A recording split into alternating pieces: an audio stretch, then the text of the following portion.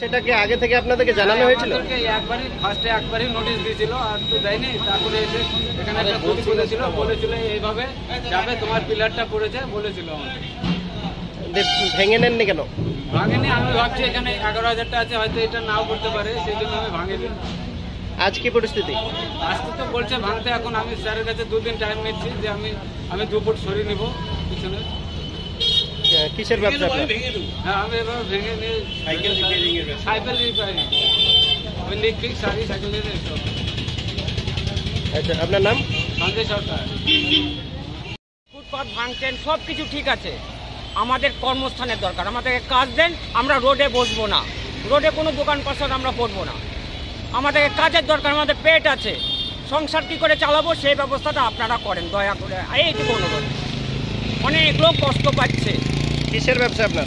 আমি ফুটপাতে ব্যবসা করি। কি ব্যবসা? আমি সবজির ব্যবসা করি। কতদিন থেকে? অনেক দিন থেকে করছি, এইভাবে আমার সংসার চালাচ্ছি। কাজ নাই, কোথায় কাজ করব?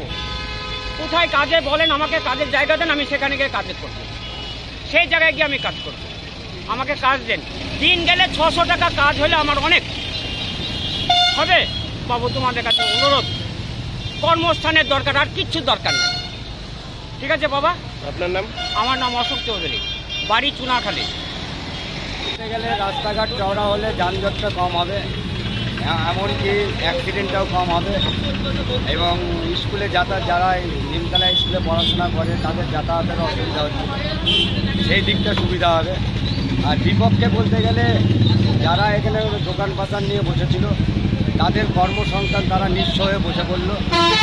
পিডব্লিউডির তরফ থেকে বা সরকারের তরফ থেকে তাদেরকে যদি পুনর্বাসনের ব্যবস্থা করে দিত, বা কোনো জায়গায় একটা মার্কেট করে তাদেরকে বসার ব্যবস্থা করে দিত, তাহলে তাদের রুটি রোজগারের জায়গা হতো।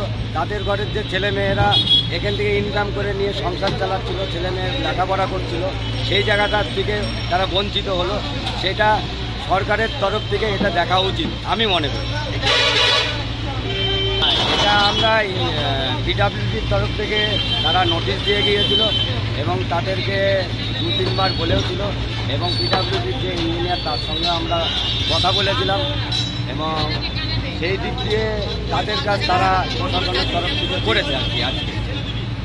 আজ কি পরিস্থিতি? আজকে যাদের দোকান পাশার যাদের ভাঙাভাঙি হয়ে গেল তাদের তো আজকে দুঃখের দিন। আর পিডব্লিউডির যে ইঞ্জিনিয়ার আছেন তিনি বললেন 2 দিকে 2টো বাসটাও হবে, এবং আমাদের নিমতলার বড় সমস্যা হচ্ছে যে টয়লেটের, এবং নিমতলা যে বাস স্টপেজ আছে সেখানে দূর দূরান্তের যে প্যাসেঞ্জারগুলো আছে